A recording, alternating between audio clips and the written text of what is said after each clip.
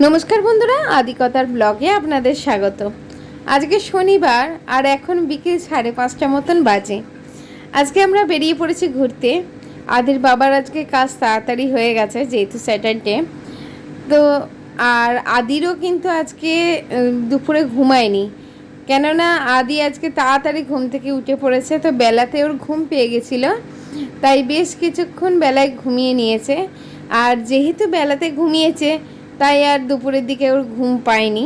তো এরকম একটা সুন্দর বিকেল যখন হাতে পেয়েছি, তাই ভাবলাম বিকেলটাকে কাজে লাগিয়ে একটু বেরিয়ে পড়ি।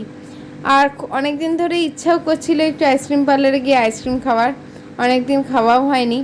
তাই ভাবলাম যে আজকে বেরোই আর আপনাদেরকেও একটু সাথে নিয়ে বেরোই। এখন আমরা ঘুরতে যাব হচ্ছে চুঁচুড়ার দিকটাতেই।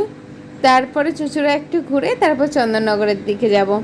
আমরা ভীষণ বাইকে করে ঘুরতেই পছন্দ করি। আদির বাবা আর আমি যখন রিলেশনশিপে ছিলাম তখন কিন্তু কোনো দিন আমরা কোনো পার্কেও যাইনি, কিংবা কোনো গঙ্গার ধারে হোক মাঠের ধারে হোক কোথাও গিয়ে বসিনি। আমাদের ঘোরা মানেই ছিল বাইকে করে এদিক ওদিক সেদিক ঘোরা, তারপর হয়তো কিছু খাওয়া আর তারপর বাড়ি ঢুকে যাওয়া। আমরা কিন্তু ভীষণ ফুডি, খুব খেতে ভালোবাসি আমরা। আর চেহারা দেখলে তো বোঝাই যায়। আর কিছুতেই আমি খাওয়া দাওয়া কন্ট্রোল করতে পারি না, আমি এতই মানে ফুড লাভার। তো এখন আমরা এদিকে চুঁচুড়ার খাজনা মোড়ের দিকে রয়েছি। এখান থেকে একটু পেয়ারা বাগানের দিকটা গিয়ে তারপর চলে যাব চন্দননগর। আর আদি কিন্তু আজকে ভীষণ খুশি, আর ওর চোখে ঘুমটাও নেই। অন্য দিনকে যেটা হয় রাত্রির হয়ে যায়, ওরও ভাল লাগে না, ঘ্যান ঘ্যান করে। তো আজকে সেটা আর নেই, আজকে ওর ভালোই লাগছে, খুব এনজয় করছে। আর আদি কিন্তু হাম্মা দেখতে খুব ভালোবাসে। হাম্মা মানে হচ্ছে গরু। মানে যখন আরও ছোট ছিল, যখন বাড়ির সামনে গরুগুলো আসতো, তো আমি ওকে শেখাতাম, এই দেখো বাবা এই হাম্মা এসছে। ওই জিনিসটা যে ওর এইভাবে মনে গেঁথে যাবে সেটা বুঝতে পারিনি। যখনই তারপর থেকে হাম্মা দেখে, প্রথম হাম্মা বলতে পারতো না, বলতো হাম হাম হাম। এরম বলতে বলতে একদিন দেখছি যে হাম্মা বলতে শিখে গেল। এখন বেশ ভারী গলায় বলে হাম্ম। তো শুনতে এত মিষ্টি লাগে। আর হালুম বলতে পারে না, ওর বাবা আবার হালুম শিখিয়েছে, হালুম বলতে পারে না। হালুমের ক্ষেত্রে আবার বলে হাওয়া। তো এখানে আমরা আইসক্রিম পার্লারটায় চলে এসেছি। এই আইসক্রিম পার্লারটা বাবা চিনিয়েছে, এটা খুব সুন্দর।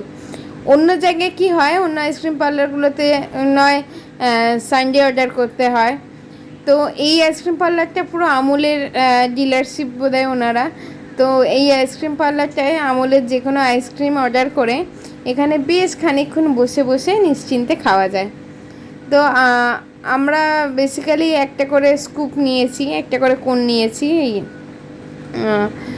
আর আদি এখানে একটা বাটিতে আইসক্রিম নিয়ে খাচ্ছে। আদির জন্য একটা বাটি আইসক্রিম নেই, ও খায় না, ওই 1-2 চামচ খেয়ে তারপর সেটা আমাকেই খেতে হয়। আর আমুলের আইসক্রিমগুলো কিন্তু এখন বেশ ভালো করেছে। আমাদের অ্যাকচুয়ালি কোয়ালিটি ওয়ালসের আইসক্রিম খেতেই বেশি ভালো লাগে, কিন্তু আমুলের আইসক্রিমগুলোও কিন্তু খারাপ নয়, খুব ভালো।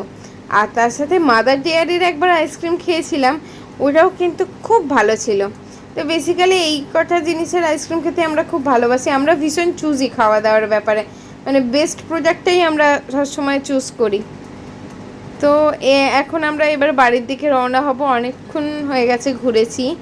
তো আজকে চন্দননগরটা এসে দেখলাম যে খুব সুন্দর সুন্দর কিছু দোকান ওপেন হয়েছে, আর ভীষণ ভালো কালেকশান, দেখে খুব ভালো লাগলো। তো এবারে পুজোয় ভাবছি যে চন্দননগর থেকেই কিছু কেনাকাটা করব। বেশিরভাগ আমরা চুঁচুড়া থেকেই করি, আর অনলাইনে তো আমাদের প্রত্যেক মাসে কেনাকাটা চলতেই থাকে।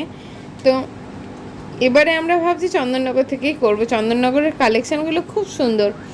আর একটা জিনিস দেখলাম, চন্দননগরে একটা জুয়েলারি শপ ওপেন হয়েছে।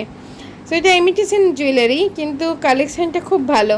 তো ভাবছি এবারে পুজোয় যে শাড়িগুলো নেবো বা যে ড্রেসগুলো নেবো সেগুলোর সাথে ম্যাচ করে এখান থেকে কিছু জুয়েলারি নেবো, আপনাদের সাথে শেয়ার করব। তো আমরা অলমোস্ট বাড়ির দিকে চলে এসেছি। আর আজকের ব্লগটা এবার আমি এখানেই শেষ করব। দেখা হবে পরবর্তী কোনো একটা ব্লগে। আমার আজকের ব্লগটা কেমন লাগলো অবশ্যই কমেন্ট করে জানাবেন। ভালো লাগলে একটা লাইক করে দেবেন। ভালো থাকবেন, সুস্থ থাকবেন, সাবধানে থাকবেন। টাটা।